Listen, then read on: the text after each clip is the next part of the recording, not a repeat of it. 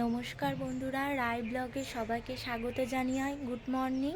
আমি আমার আজকে ভিডিওটা এখন থেকে সকালবেলা থেকে শুরু করছি। তোমরা দেখতে থাকো সারাদিনের ভিডিওটা। স্নান করে নিয়ে ছাদে এসে জামা কাপড়গুলো মিলে দিচ্ছি। আমি আমার ছোট্ট গোপাল সোনাকে পুজো দিয়ে নিলাম। তারপর দেখি মা আমার জন্য আমার প্রিয় দুধ পুলি বা দুধ পিঠে বানাচ্ছে। তোমরা যে যাই বলে থাকো না কেন। তারপর এই দেখো এদিকে ভাপা পিঠেও বানাচ্ছে, কিন্তু ওটা দেখো ভাতের হাঁড়ির ওপর করছে। আমি এটা ফার্স্ট টাইম দেখলাম, তাই তোমাদের সাথে শেয়ার করলাম। তোমরা যদি দুধ পুলি বা দুধ পিঠের ফুল ভিডিও চাও তাহলে আমাকে কমেন্টে জানিও।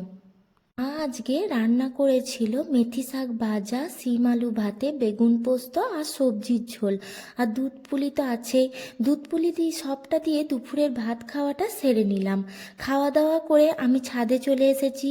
ছাদে এসে স্নান করেছিলাম, তাই খুব রোদও উঠেছে, তাই চুলটাকেও শুকিয়ে নিচ্ছি।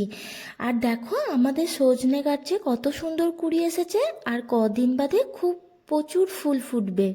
বিকালে চলে গেলাম মায়ের জন্য আমাদের পাড়ারই একটা দোকানে মোমবাতি কিনতে।